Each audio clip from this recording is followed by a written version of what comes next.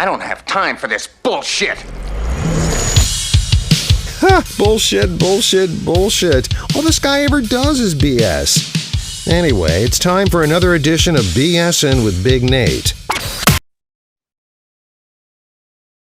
Welcome into another edition of BSing with Big Nate. This one's a very special one. This is near and dear to my heart. Of course, anyone who's been following my life and the things I've got going on is there is a landmark event every year that I've made a big part of my life, Floydfest. And well, I am joined by Sam. Of course, Sam, I don't want to say he's the only brains behind the operation, but I do know that Sam is very key, very instrumental in putting it together each and every year. COO, correct? Correct. Chief Operating Officer. Very blessed to have that. Yep. And Floydfest 2023, of course, we're still 7 months out, but I'm excited. Like I'm jazzed. Yeah, and, man. So I want to start with the most obvious, and then we'll go from there. New location this year. So how are things going with that? Great question. So yes, we have a new location. We are owning the location, which is a huge change from the old one. We are leasing the previous property for over 20 years. We're calling it Festival Park, and that's what it's being crafted into right now, with brand new roads and power and infrastructure, all the kind of unfun stuff we don't think about, but love when we have them. But the whole aim of this was to park and camp all of our patrons on one site. We really do pour over patron surveys every single year. And, we couldn't fix the shuttle system. The shuttle system, we worked our butts off on, but we could not get really the silver bullet that made that work perfectly. And also the family wants to be together. We want everyone together on the same site. So we found a site that is just under 200 acres. And it actually is closer to Floyd and closer to Roanoke than the previous site. So, I'm just down the road in Roanoke and near Boone's Mill. I can get there in 30 minutes. Roanoke people can get there in 30, 40 minutes. So it's right on 221 and just under 200 acres. And we are hard at work right now, even over the winter, building everything we possibly can.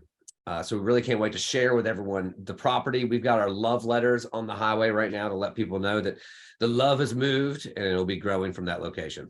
So it's interesting because to me, the shuttle rides were always a blessing almost. Like it was kind of, to me, the precursor to showing up. You kind of, you and your Floydfest family are hanging out on the bus, getting ready to go enjoy some music, the festival atmosphere.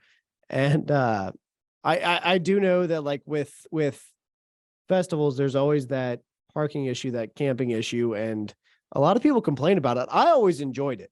To me, it was part of the experience. I love that positive review. Yeah. But yeah. I do just want you to note that, like, I will miss those bus rides. I'm sure I'm gonna love the convenience of everything that's going to be available. But I did always, like, I've never had an experience where I'm like, man, this year it just was rough. I didn't enjoy it. I was miserable the whole time.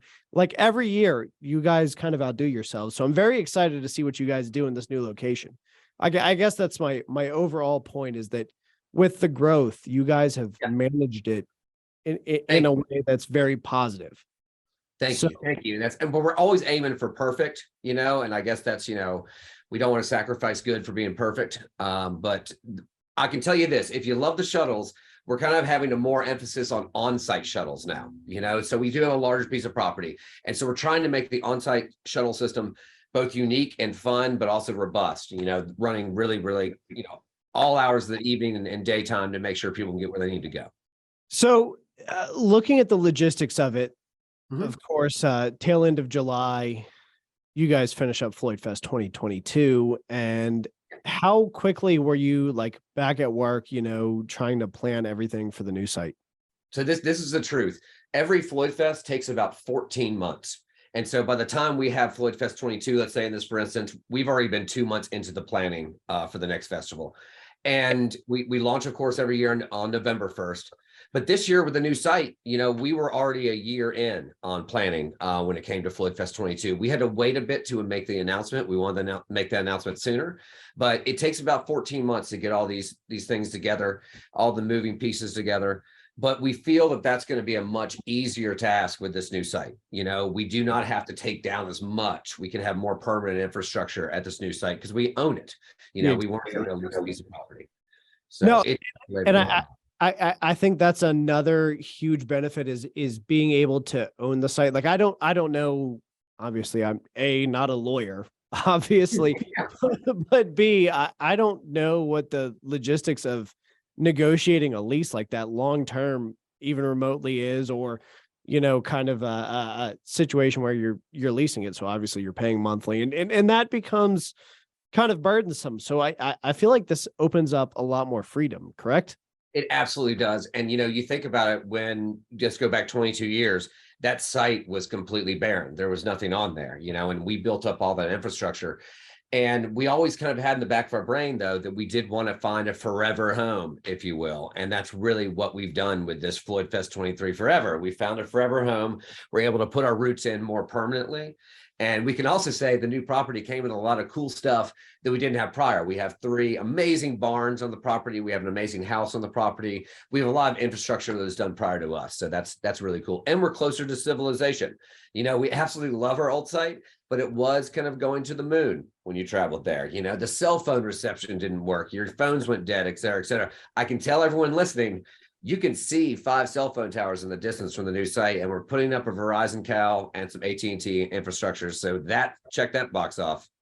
Well, that was another thing I noticed last year at the old site was there was an AT&T mobile tower there, which was phenomenal because it helped me out immensely because I was able to, I am an AT&T customer, and beautiful thing. But I'm very, very excited.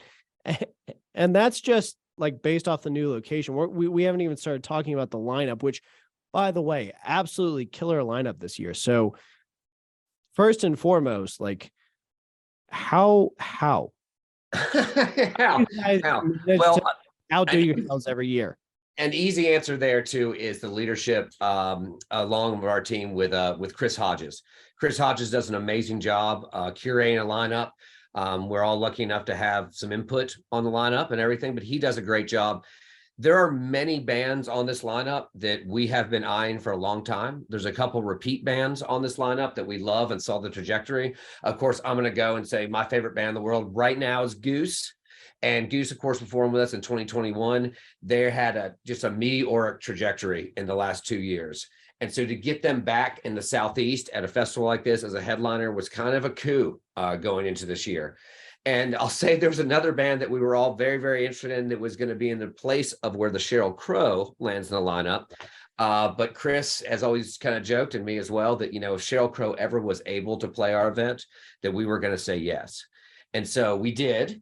And she's going to be there now, which is incredible. So there's a couple of things that, first of all, Brian, of course, not on this interview, but love talking to Brian. You and him both consistently always list Goose as one of your favorite bands. Yeah. No, I didn't know I needed a favorite band again, but I fell in love with Goose, and here we are. And so there was a joke made by our news director of all people, and it was just poorly placed. It was probably well written, but it was one of those things where, like, you're doing the news, just do a straight read. We're not doing our tight 10. But he said when the lineup was announced, there was going to be a murder in Floyd in July.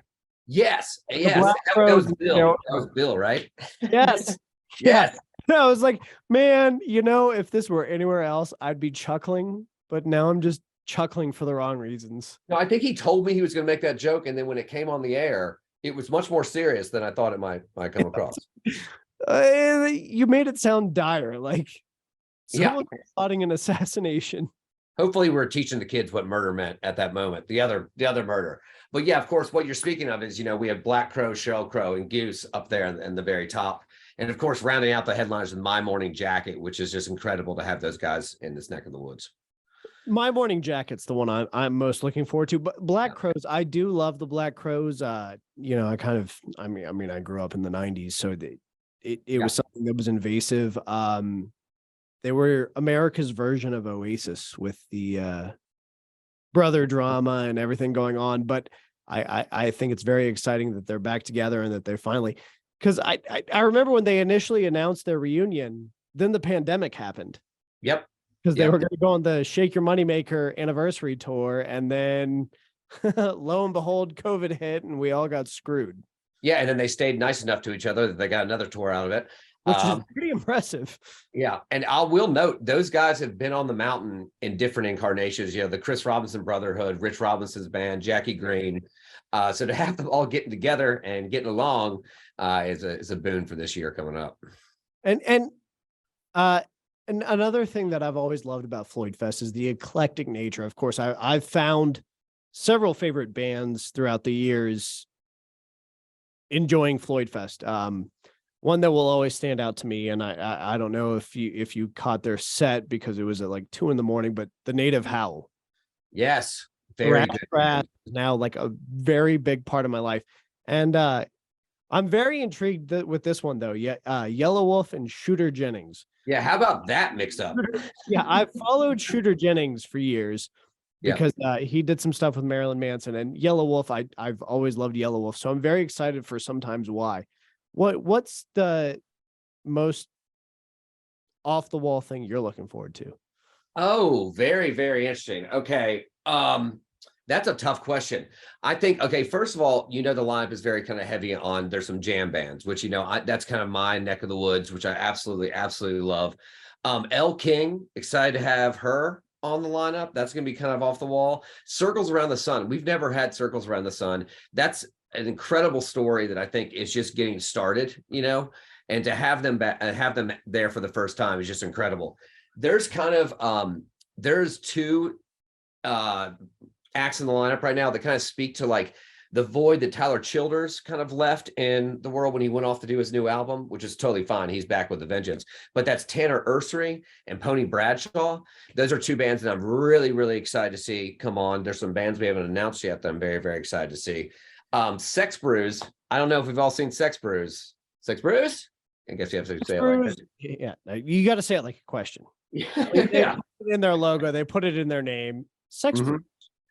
Yes.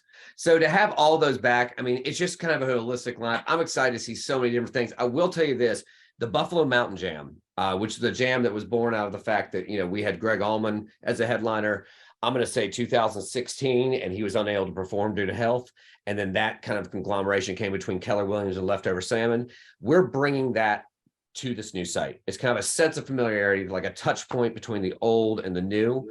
And so we're trying to keep some of those traditions going, if you will. That was kind of one of those silver linings things for me, because I was so excited to see Greg Allman.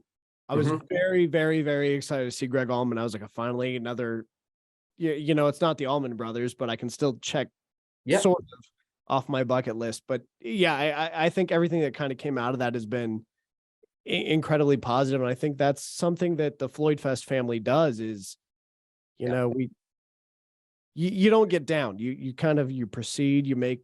Yeah, you persevere. And just to tell you a little backstory, that the first Buffalo Mountain Jam truly came about in about 25, 30 minutes.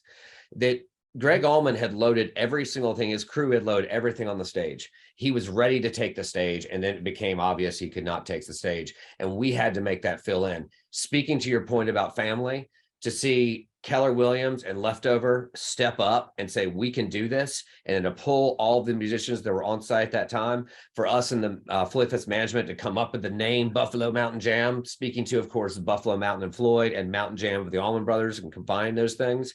That was incredible. That to me is one of the best memories, most representative memories of Floyd Fest we'll ever have.